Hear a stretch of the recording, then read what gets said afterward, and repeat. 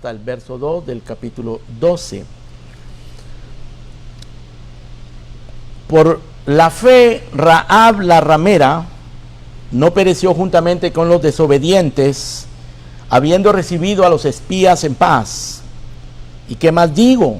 Porque el tiempo me faltaría contando de Gedeón, de Barak, de Sansón, de Jefté, de David, así como de Samuel y de los profetas, que por fe conquistaron reinos, hicieron justicia, alcanzaron promesas, taparon bocas de leones, apagaron fuegos impetuosos, evitaron, sacaron fuerzas de debilidad, se hicieron fuertes en batallas, pusieron en fuga ejércitos extranjeros. Las mujeres recibieron sus muertos mediante resurrección, mas otros fueron atormentados, no aceptando el rescate a fin de obtener mejor resurrección. Otros experimentaron vituperios y azotes, y a más de esto prisiones y cárceles. Fueron apedreados, aserrados, puestos a prueba, muertos a filo de espada.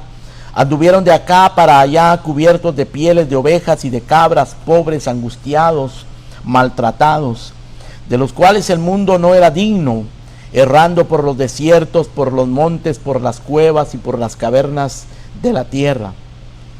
Y todos estos, aunque alcanzaron buen testimonio, mediante la fe, no recibieron lo prometido, proveyendo Dios alguna cosa mejor para nosotros, para que no fuesen ellos perfeccionados aparte de nosotros. Por tanto, nosotros también, teniendo en derredor nuestro tan grande nube de testigos, despojemos de todo peso y del pecado que nos asedia, y corramos con paciencia la carrera que tenemos por delante.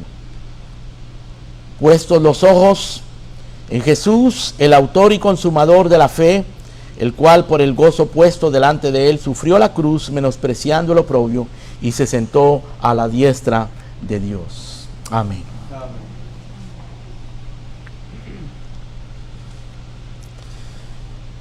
En el capítulo 11 de Hebreos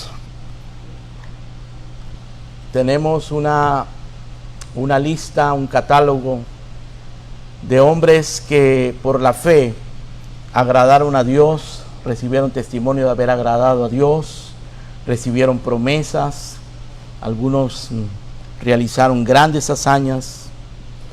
Y estos hombres ilustran lo que es una vida de fe. Cada uno de ellos es un ejemplo de cómo es la vida de los creyentes. En el pasaje que tenemos frente a nosotros, en el verso 31 en adelante, encontramos a una mujer llamada Rahab, y la describe como una ramera. Dice Rahab, la ramera. Dice que ella no pereció juntamente con los desobedientes. O sea que ella en un momento dado, aunque vivía una vida inmoral, en un momento dado ella obedeció. Y esa obediencia se debió a la fe. Y no pereció juntamente con los desobedientes, porque recibió a los espías en paz, los espías que había mandado Josué. Así que tenemos a Rahab. Luego en el verso 32, el apóstol hace una pregunta retórica. Él dice, ¿qué más digo? Porque tiempo me faltaría. En otras palabras, él podría seguir hablando de muchos otros personajes, pero no hay espacio, no hay tiempo. Él ya habló suficiente de muchos personajes. Sin embargo, él menciona a otros personajes más. En el verso 32, él menciona a Gedeón, a Barak, a Sansón, a Jefté, a David, a Samuel y a los profetas. Menciona a 4 jueces por nombre. Menciona a un rey, al rey David, menciona a Samuel, un profeta, y luego a los profetas en general, sin mencionarlos a ellos. Luego, relacionado con esto, con estos individuos que vivieron una vida de fe, el apóstol, en este mismo pasaje también, nos habla de los diversos eventos producidos por la vida de fe de estos personajes. Lo que sucedió en la vida de muchos de ellos. Hazañas victoriosas. Algunos de ellos realizaron hazañas extraordinarias. Por eso algunos los llaman los héroes de la fe, porque ellos realizaron hazañas. Pero cuando uno los mira de cerca, hermano, algunos en realidad no eran tan heroicos. Algunos de ellos eran cuestionables, su vida cuestionable, por ejemplo Sansón. Sin embargo, realizaron obras heroicas, hazañas enormes. Dice que conquistaron reinos, hicieron justicia, alcanzaron promesas, apagaron fuegos imperios, se hicieron fuertes en batallas, etc. Sin embargo, también el apóstol nos habla no solo de las hazañas, de las cosas extraordinarias que ellos alcanzaron por medio de la fe, sino nos habla también de diversas de angustia, de sufrimiento, en algunos casos situaciones pavorosas, terribles. Y el apóstol dice que así como algunos de ellos hicieron proezas por la fe, algunos de ellos sufrieron cosas indecibles, terribles, angustiosas por la fe. Y soportaron todo eso por la fe. Diversas circunstancias por la fe. Noten ustedes, diversos personajes, diversas circunstancias. Y al final del capítulo, el apóstol, pues concluyendo esta exposición, esta lista de personajes de fe, nos incluye a nosotros. Si ustedes leen conmigo en el capítulo 12, verso 39 y 40, capítulo 11, verso 39 y 40, dice: y todos estos, aunque alcanzaron buen testimonio mediante la fe, no recibieron lo prometido, proveyendo Dios alguna cosa mejor para nosotros. Noten que habla de todos estos y luego nos incluye a nosotros. Dice que todos estos alcanzaron buen testimonio por la fe, pero no recibieron lo prometido, proveyendo Dios alguna cosa mejor para nosotros. Luego en el capítulo 12 sigue hablando de nosotros. Dice: por tanto nosotros también, por supuesto, en ese momento se refería a los hebreos, a los cuales se les escribió esta carta, ¿no? Pero por extensión también ahí estamos incluidos nosotros, por extensión. Entonces en el capítulo 12 dice: por tanto nosotros también, teniendo en derredor una tan grande nube de testigos que son ellos, despojémonos de todo peso y del pecado que nos asedia y corramos con paciencia la carrera que tenemos por delante.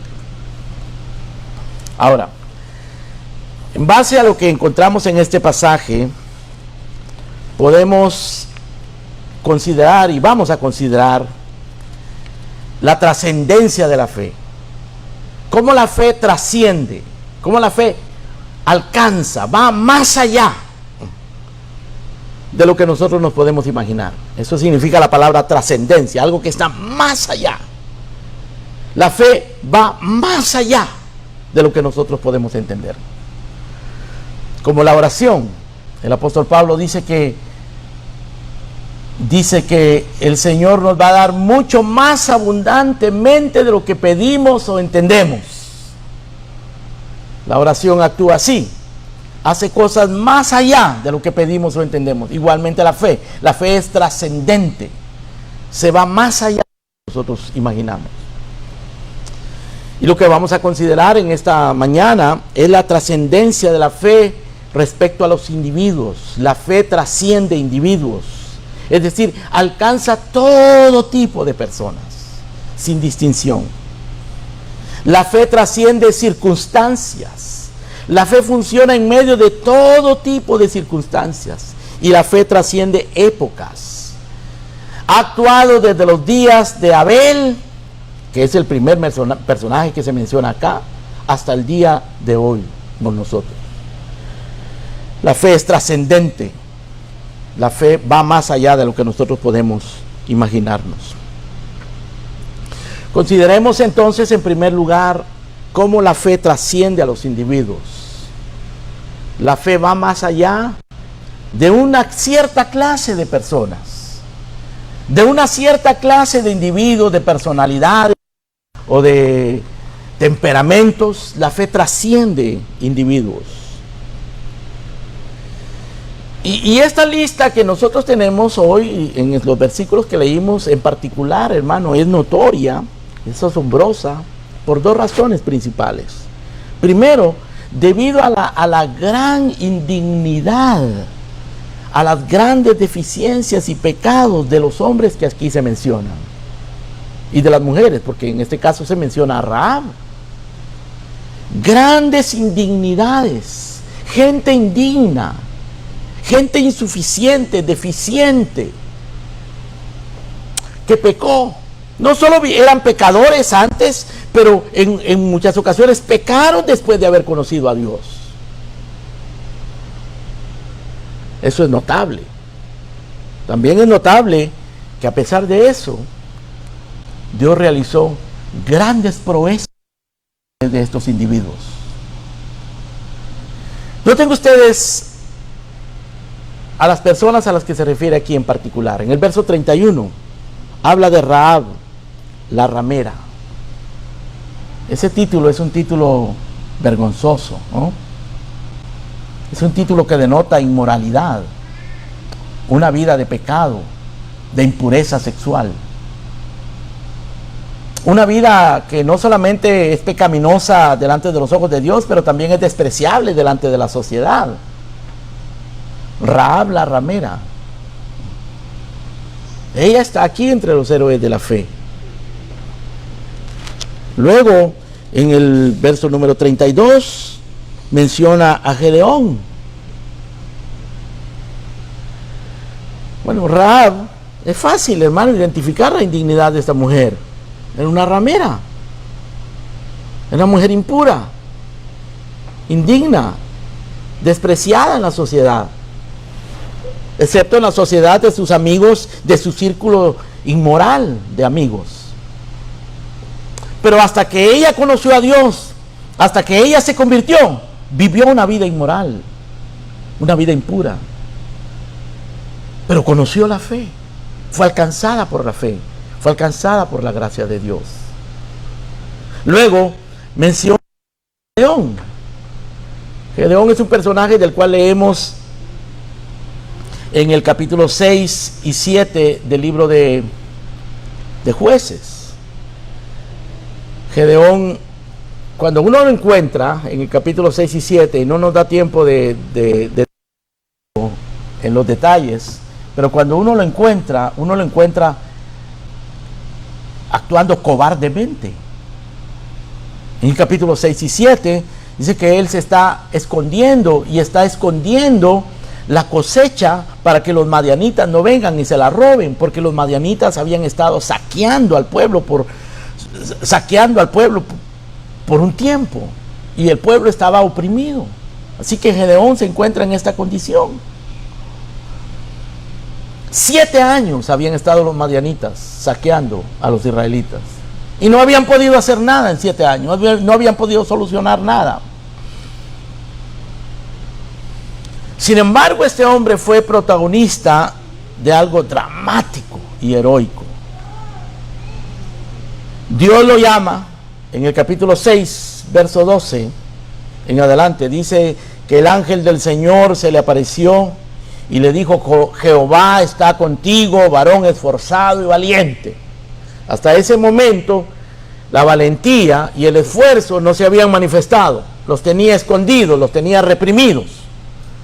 Yo me pregunto, hermano, ¿cuántos de nosotros tenemos reprimida la valentía y el esfuerzo? ¿Cuántos de nosotros podemos hacer mucho más de lo que estamos haciendo y no lo hemos hecho?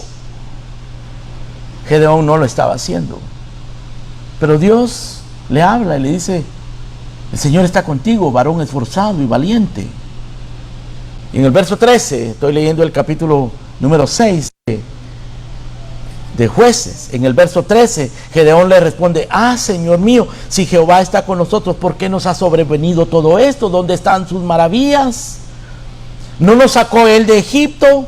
Pero ahora nos ha desamparado y nos ha entregado en manos de los madianitas. Está hablando un hombre, hermano, con una actitud fatalista, quejumbrosa. Ese hombre no parece esforzado, valiente, parece cobarde, acobardado, apocado. Pero el Señor le mira y le dice: ve con esta tu fuerza y salvarás a Israel de mano de los madianitas. ¿No te envío yo? Yo creo que esa es la clave, hermano, que Dios nos envíe, que Dios nos mueva. Dios le está diciendo a Gedeón: yo te estoy enviando. Las circunstancias son completamente negativas para ustedes, temibles, pero yo te estoy enviando. Y este es el hombre, hermanos, que juntó 32,000 hombres, y Dios le dijo: son demasiados. Y entonces Gedeón les dice: bueno, todos los que tengan miedo, los que tengan compromiso, los que no quieran ir, los que estén ocupados, regrésense a sus casas, tranquilos. Y le quedaron solamente 10,000, 22,000. Lo abandonaron, quedaron 10,000. Y Dios le dice: 10,000 son muchos todavía. Aquí hay gente que no, hay demasiada gente, esta gente no va a responder a la hora de la batalla. O sea, Dios quiere gente que responda. Dios quiere gente comprometida, no simplemente la multitud y el entusiasmo pasajero. Así que Dios le dice: pruébamelos. Y le quedan 300 hombres. Y con 300 hombres, Gedeón vence a 135,000 madianitas. Este es uno de los ejemplos que nos muestra este pasaje. Barak es otro.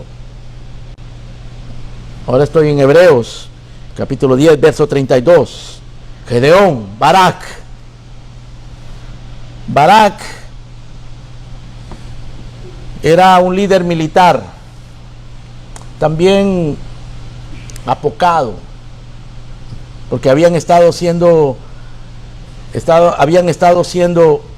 oprimidos por Javín, un rey cananeo. Y una mujer llamada Débora era la que estaba como juez en esos días en Israel, es decir, como gobernadora en Israel. ¿Por qué razón estaba una mujer? No nos lo explica la Biblia, pero lo que nosotros podemos concluir es que estaba una mujer porque no habían hombres que respondieran. Las mujeres son muy capaces, las mujeres pueden hacer muchas cosas extraordinarias, tienen habilidades extraordinarias, Dios las usa, pero Dios llama a los hombres a que tomen la posición de responsabilidad, a que sean los que guíen, los que se tomen la carga principal. Pero cuando los hombres no lo hacen, Dios va a usar a las mujeres. En este caso lo usó a Débora. Así que Débora llama a Barak, y Barak le dice: yo voy a la guerra, pero si tú vas conmigo. Y Débora le dice: yo iré contigo, pero la honra de la victoria no será tuya, será de una mujer. Pero Barak responde, a pesar de esa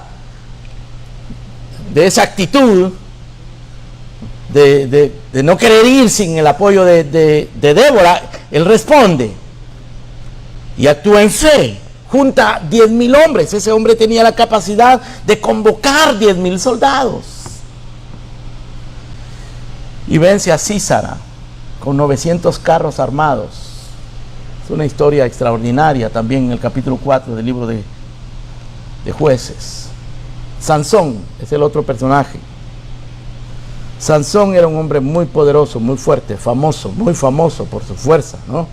Los niños lo conocen de la escuela dominical, de las lecciones y las historias. Todo el mundo conoce a Sansón.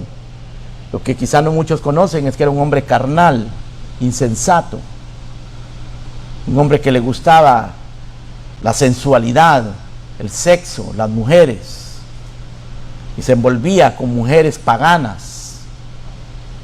Últimamente se envolvió con una mujer llamada Dalila, que lo manipuló y provocó que lo capturaran. Posteriormente, que los filisteos, al capturarlo, jugaran con él, lo usaran de juguete, de payaso, le sacaron los ojos a Sansón. Sin embargo, Dios lo usó para destruir a los filisteos. En esa circunstancia humillante, degradante en la que él se encontraba, sacó fuerzas por la fe para matar a todos los filisteos, a los gobernantes de los filisteos. Ahora ven ustedes, Rahab, la ramera, Gedeón, el que actuó cobardemente al principio. Barak, el que no quería ir si la mujer no lo apoyaba. Sansón, el carnal, insensato. Luego menciona a Jefté también en el verso 32. Jefté era un hijo bastardo, tenía hermanos, pero sus hermanos no lo querían porque él era hijo de una ramera. Así lo dice la Biblia. Eso lo encuentran ustedes en Jueces capítulo 11. Sus hermanos no lo querían, lo despreciaban. Sin embargo, era un varón esforzado y valiente. Y fue a él a quien Dios llamó para librar a los israelitas de los amonitas que los estaban oprimiendo. A Jefté. Jefté, al final de su historia, hermanos, por un voto insensato perdió a su hija. No se sabe si fue que se murió o nunca la volvió a ver, pero él hizo un voto insensato y dijo: la primera persona que me venga a saludar después de la victoria, yo te la entrego en holocausto, en sacrificio. Y fue su hija. Es decir, no tenía mucho sentido común, mucha sabiduría. Y esos son los que menciona acá, el verso 32. Y dice que estos hombres por la fe recibieron testimonio de haber agradado a Dios. Y lograron todas estas hazañas. Y uno se pregunta, pero ¿cómo es posible? Aquí en el Nuevo Testamento no se dice nada negativo de estos personajes, pero cuando uno los ve de cerca en el Antiguo Testamento, uno ve, hermano, las deficiencias de estas personas. Creo que esto es algo así como lo que pasa aquí en la iglesia. Aquí en la iglesia todos nos vemos muy lindos, muy espirituales, muy angelicales, ¿no? Venimos pues arreglados, peinados, perfumados, listos para adorar a Dios. Pero ¿cómo es en casa tu vida? ¿Cómo es en casa mi vida? ¿Qué conflictos hay? ¿Qué contradicciones con nuestra fe hay? ¿Qué deficiencias, qué pecados hay en tu casa? En mi casa. El realismo de la Biblia, hermano, es asombroso, asombroso. A veces nosotros somos más idealistas de lo que es la Biblia. Sin embargo, por la fe, es por fe que estos hombres tuvieron testimonio de haber agradado a Dios. Bueno, pero el verso 32 no se queda ahí. El verso 32 también menciona a David. David era un hombre heroico realmente. Desde jovencito él luchaba contra leones, contra osos y luego contra Goliat y luego venció a los filisteos, hizo cosas extraordinarias.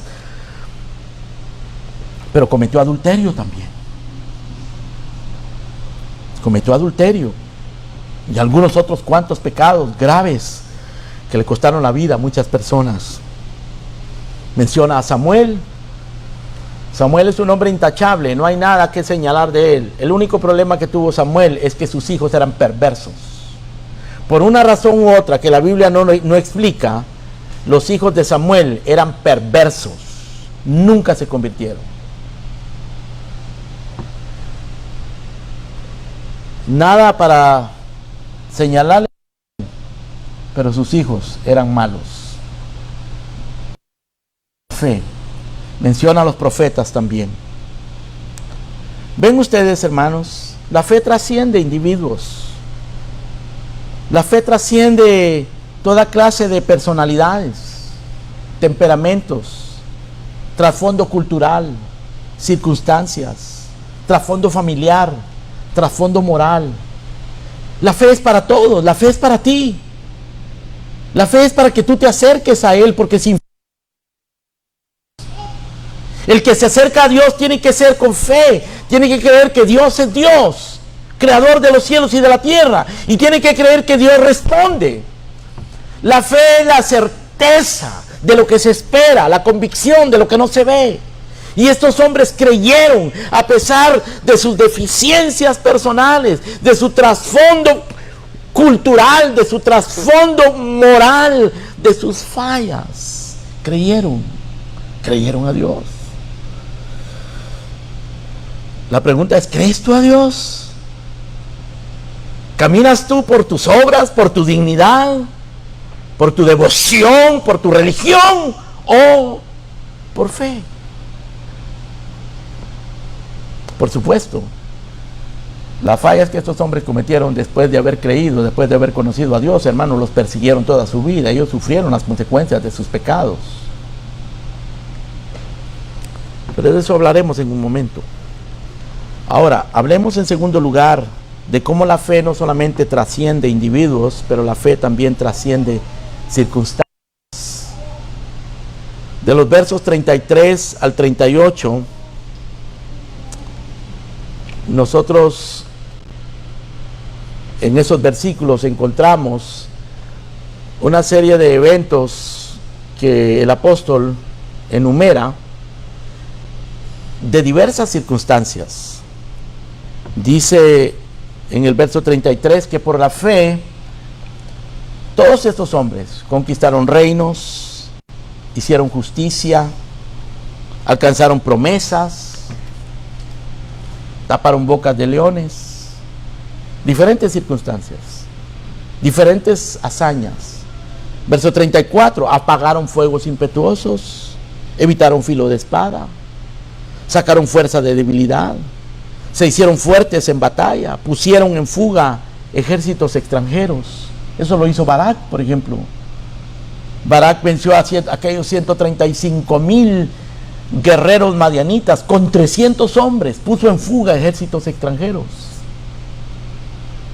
Apagaron fuegos impetuosos. Los tres amigos de Daniel, Sadrach, Mesach y Abednego, aunque no apagaron literalmente el fuego, soportaron el fuego del horno, sobrevivieron al fuego del horno por la fe. Conquistaron reinos, David lo hizo, hicieron justicia, alcanzaron promesas, taparon bocas de leones, Daniel hizo eso, David lo hacía, Sansón lo hizo también, taparon bocas de leones. Dice el verso 35, las mujeres recibieron sus muertos mediante resurrección. La viuda de Sarepta, de la cual se habla en el primer libro de Reyes, capítulo 17, recibió a su hijo por resurrección con Elías. La tsunamita, de la cual se habla en el segundo libro de Reyes, capítulo 4, recibió a su hijo por resurrección, por el ministerio de Eliseo. Es decir, vieron resucitar a sus hijos, resucitar muertos por la fe. Hazañas maravillosas, extraordinarias, que tenían que ver con el gobierno, tenían que ver con acciones militares, tenían que ver con liberación de circunstancias, poderes naturales, vencer los poderes naturales, tenían que ver contra la persecución. Hazañas. La fe nos permite realizar hazañas, llegar a realizar grandes hechos para Dios. Esto que les hablaba hace un momento del tabernáculo metropolitano es una hazaña histórica, hermanos, que después de más de 300 años esa iglesia persista, que un hombre esté 52 años ministrando, pastoreando una iglesia y la haya llevado de 30 a 1500 personas después de que estaba muriendo en pleno centro de uno de los países más paganos del mundo, Londres. Eso es una hazaña que solo la fe lo puede realizar. El hecho que nosotros estemos aquí, hermano, no es una gran hazaña a los ojos del mundo, pero es una hazaña que tú estés aquí, que Dios te haya traído y que esta iglesia exista, que nosotros estemos aquí adorando a Dios. Todo eso lo produce la fe, porque la fe trasciende circunstancias, sean fuegos, sean leones o animales feroces, sean ejércitos extranjeros, sean persecuciones, sea espada, sea debilidad, sea la misma muerte. La fe trasciende circunstancias.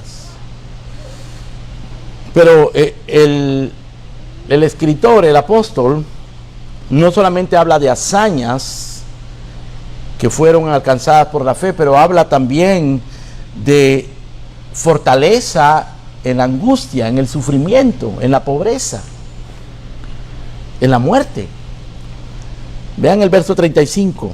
A la mitad del verso 35 dice: mas otros fueron atormentados, no aceptando el rescate a fin de obtener mejor resurrección. Fueron atormentados, mientras que unos fueron resucitados y librados de la muerte, otros fueron atormentados y los mataron. A Juan el Bautista le cortaron la cabeza, lo mataron. La historia nos dice que a Jeremías lo aserraron, lo partieron en dos. A Pablo le cortaron la cabeza, a Pedro lo crucificaron, a muchos los quemaron vivos. Dice el verso 36, otros experimentaron vituperios y azotes, prisiones y cárceles. Pero aquí está hablando de la fe. Al igual que cuando habla de las hazañas que se alcanzan por la fe, ahora está hablando de las angustias, de las cárceles, las prisiones, los vituperios, los azotes, que los hombres de Dios fueron capaces de resistir por causa de la fe. Su fe les fortaleció, les habilitó, les capacitó para ellos enfrentar la angustia y el sufrimiento atroz en muchas ocasiones. Dice el verso número 30.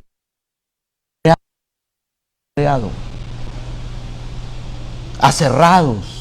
Se dice que Isaías fue aserrado. Puestos a prueba, muertos a filo de espada. Anduvieron de acá para allá, cubiertos de pieles de ovejas, de cabras, pobres, angustiados, maltratados.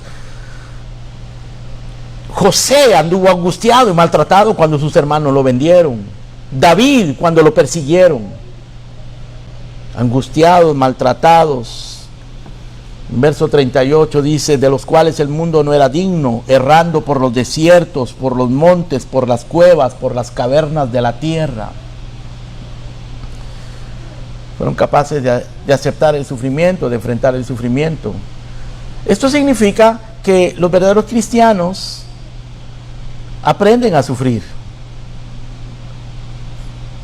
Los verdaderos cristianos no estamos buscando sufrir, pero sabemos que el sufrimiento viene. Y por la fe podemos enfrentar el sufrimiento, la angustia, la persecución, lo que venga. No lo queremos, humanamente hablando, pero sabemos que por medio de muchas tribulaciones se entra al reino de los cielos. Que el que quiera vivir piadosamente en Cristo Jesús padecerá persecución. Y por la fe, estos hombres lo soportaron. Ahora, que la fe trasciende circunstancias, no importa cuáles sean las circunstancias. Quizá Dios te ha bendecido, te ha prosperado, te ha dado un buen trabajo, un buen salario, muchas oportunidades, una buena educación, buenas relaciones. Dios te ha dado eso. ¿Cómo lo administras? ¿Cómo lo usas? ¿Lo usas por la fe? ¿Lo usas para el mundo? ¿Lo usas para Dios?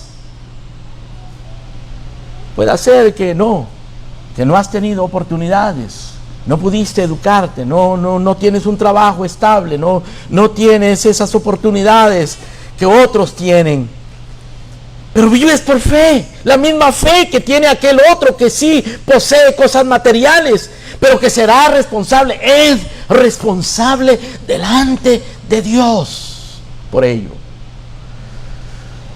Tú eres responsable de tus sufrimientos, así como de tus bendiciones.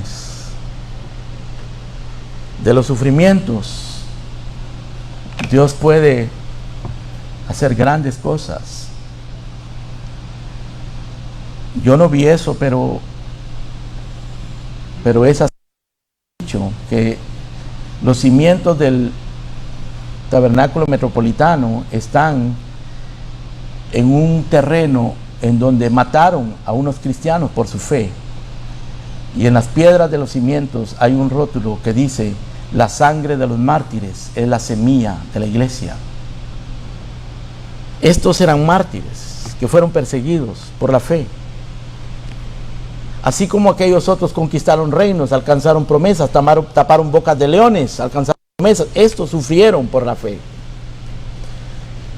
Si estás pasando un momento de sufrimiento, de angustia, de persecución, de escasez, de pobreza, de incertidumbre, vívela en fe.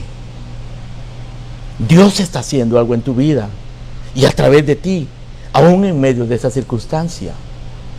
Aférrate a Él, porque la fe trasciende circunstancias.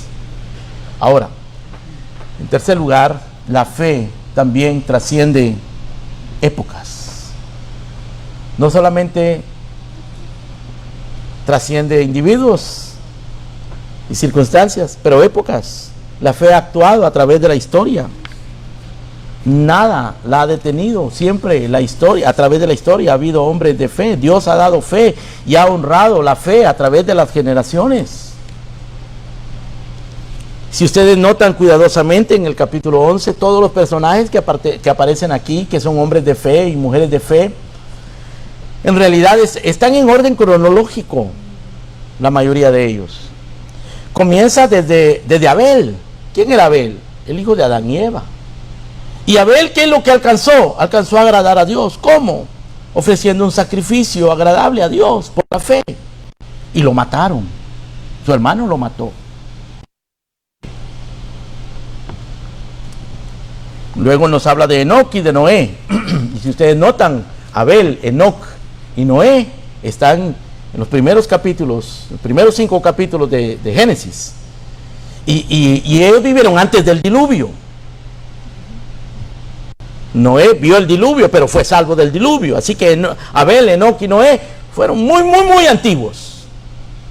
Luego nos habla, el capítulo 11 nos habla de los patriarcas, de Abraham, de Isaac, de Jacob, de Sara, de José. Ellos fueron aquellos que Dios los llevó a la tierra de Canaán, que vivieron en la tierra de Canaán, pero no la poseyeron, pero vivieron allí por la fe. Y todo eso lo encontramos también en el libro de Génesis. Luego encontramos a Moisés, a Israel pasando el Mar Rojo, lo menciona aquí el capítulo 11 de Hebreos. Esto sucedió en el tiempo del Éxodo. Luego encontramos el evento de la caída de los muros de Jericó y de Rahab la ramera. Eso sucedió cuando ellos entraron a Canaán, 40 años después de haber salido de Egipto. Ahora, ¿qué nos dice eso? Nos dice que desde Abel hasta que entraron a Canaán, en que pasaron más de 2000 años, todos esos hombres vivieron por la fe, a través de los siglos, a través de las generaciones. Dios siempre tuvo un pueblo que vivió por la fe. Y estos son los que le agradaron. En el versículo que tenemos frente a nosotros, los que leímos, el versículo 32, habla de la época de los jueces. Los jueces vivieron cuando ya habían entrado a la tierra prometida. Luego habla de David, esto es la época de la monarquía, cuando ya se habían establecido como una nación y tenían un rey y una organización y una nación como tal. Y luego habla de los profetas. En otras palabras, el libro, el capítulo 11 de Hebreos, hermano, abarca todo el Antiguo Testamento. Lo que nos está diciendo es que la fe trasciende las épocas, las edades, el tiempo, las generaciones. Dios siempre ha tenido un pueblo diverso, un pueblo que ha vivido en diferentes circunstancias. En una ocasión nos encontrábamos en Nueva York con un pastor amigo. Estábamos en una conferencia de pastores. Y cuando uno va hacia la conferencia de pastores de la iglesia de North Bergen o de la iglesia de Trinity, cualquiera de las dos, y uno camina, o sea, a lo lejos se ve el perfil de Nueva York. Es impresionante, ¿no? Aquella cantidad de edificios enormes. Y entonces íbamos con un pastor veterano, un hombre de muchos años y de mucha piedad. Y se me ocurrió hacerle una pregunta. Yo le digo: pastor, ¿usted qué piensa que harían los puritanos si los pusieran en Manhattan, en medio de Nueva York? ¿Qué harían los puritanos si los pusieran allí en Manhattan, con esa locura de Manhattan, de Nueva York? Y yo esperaba pues que me contestara algo interesante, ¿no? Pero no lo que me contestó. Él me dice, yo creo que si pusieran a los puritanos allí, ellos adorarían a Dios y alabarían a Dios, que a pesar de que este mundo está tan corrompido, Dios todavía tiene un pueblo. Dios todavía tiene un pueblo que le adora. Aún en medio de la corrupción, sea de Manhattan o de Miami, o de cualquiera de nuestros países, porque la corrupción está en todas partes, Dios siempre tiene un pueblo, en todas las épocas. Por supuesto, yo sé que nos quejamos, hermano, de la época que estamos viviendo. Es una época perversa, en la que ya no se sabe quién es mujer y quién es hombre, donde la vida humana no se respeta, donde el matrimonio no se respeta. Pero eso es lo que el Señor Jesucristo dijo que había sucedido en el pasado. Dijo que así sería la venida del Hijo del Hombre, como en los días de Sodoma y de Gomorra, como en los días antes del diluvio, porque eso ha sucedido. Sin embargo, Dios tiene un pueblo, sigue teniendo un pueblo a través de las edades. Dios siempre ha dado fe y ha honrado la fe a través de las generaciones. Desde Abel, lo sigue haciendo hoy, lo sigue haciendo hoy. Todos estos, dice, a través de la historia, alcanzaron buen testimonio mediante la fe, agradaron a Dios, fueron hechos herederos de la justicia que es por la fe. Todos estos con su fe condenaron al mundo, caminaron con Dios por la fe, adoraron a Dios por la fe, a través de las edades. No importa lo que hay alrededor nuestro, no importa nuestra personalidad, no importa la época en la que vivimos, y aún nuestras fallas y nuestra indignidad, nosotros somos llamados a vivir por fe, porque sin fe es imposible agradar a Dios. Ahora, hermanos queridos, estas consideraciones nos tienen que traer a la conciencia cosas que son muy útiles, que tenemos que aplicar a nuestra vida. Una de ellas es que Dios es capaz de realizar grandes cosas a través de gente con deficiencias. No tenemos que esperar ser perfectos para que Dios haga grandes cosas en nosotros y a través de nosotros. Dios nos usa a pesar de nuestra indignidad. Lo hizo con estos hombres. Lo hizo con Gedeón, con Barak, con Sansón, con Jefté, con David. Lo hizo con Rahab, la ramera. Y con todos estos otros personajes. Lo está haciendo ahora mismo con nosotros. Pero tenemos que creerle a Dios. Tienes que vivir por la fe.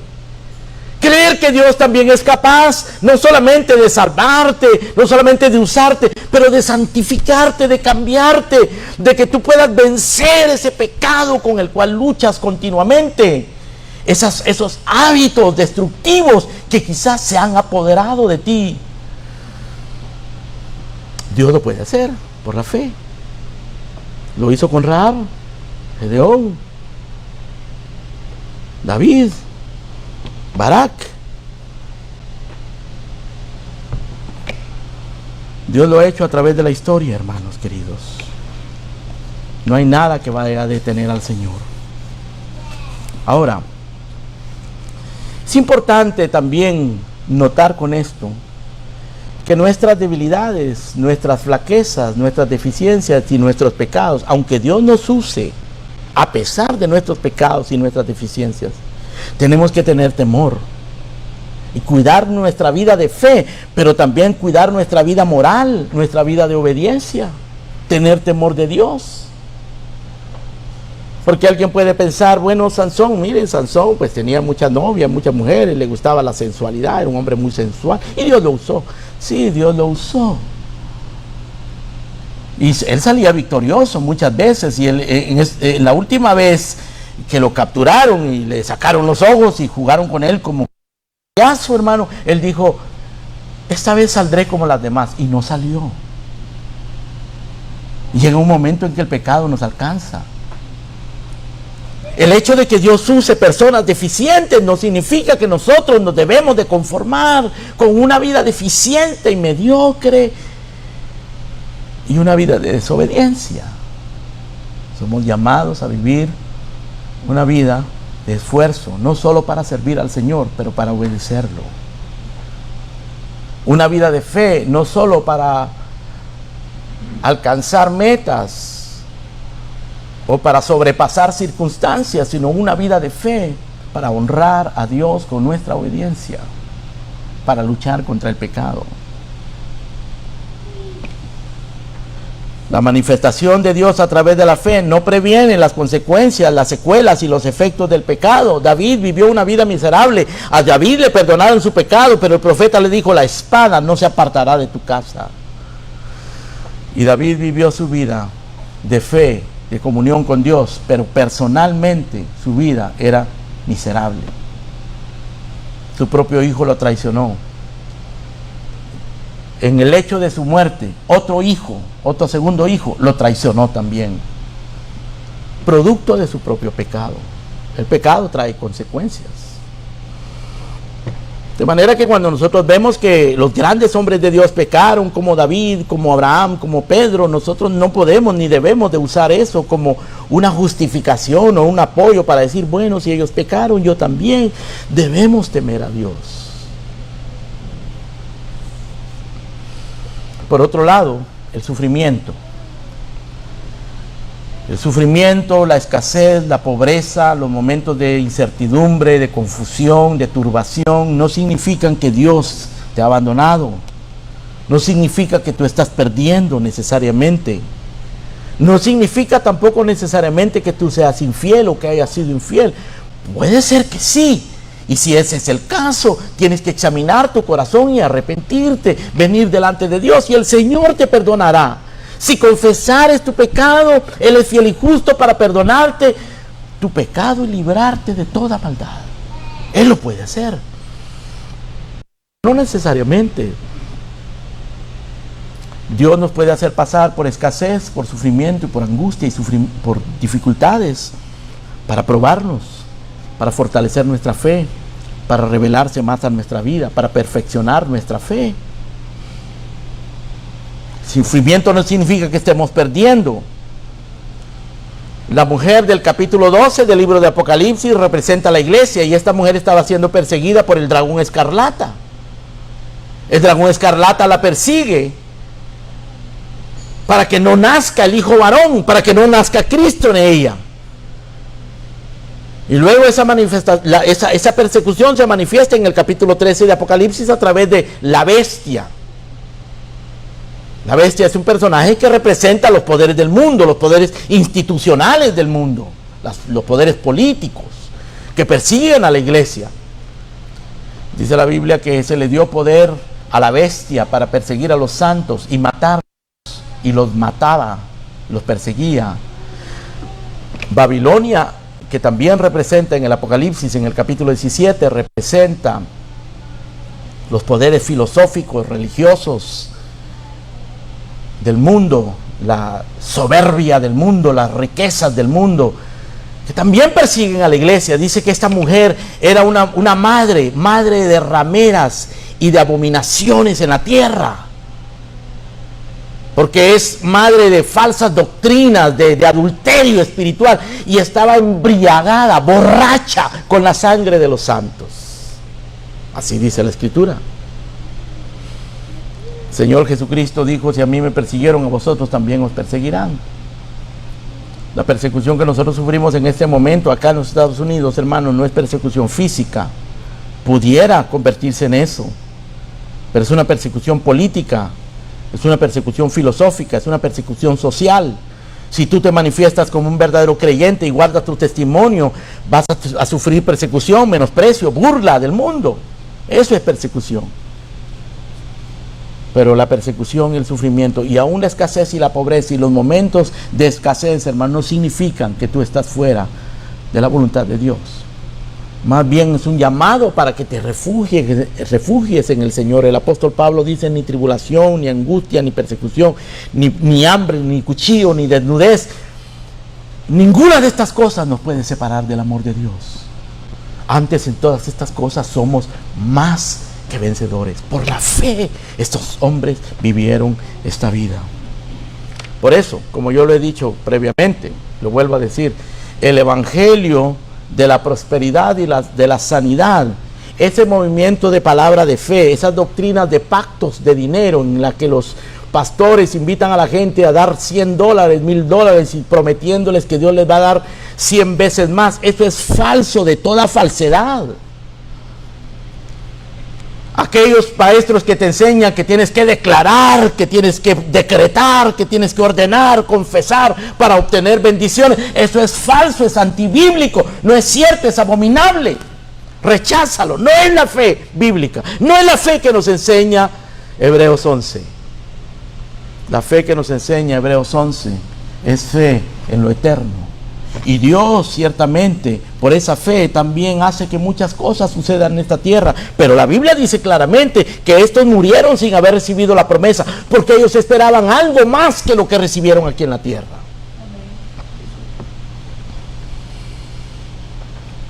Ese evangelio de esa fe, de prosperidad, de sanidad, de doctrina, de pactos de dinero, revelaciones extrabíblicas, es una atroz falsedad que usa la Biblia para estimular la codicia, la autosuficiencia, la pretensión, el materialismo de profesantes evangélicos que son engañados por esa falsedad, por esa manipulación religiosa.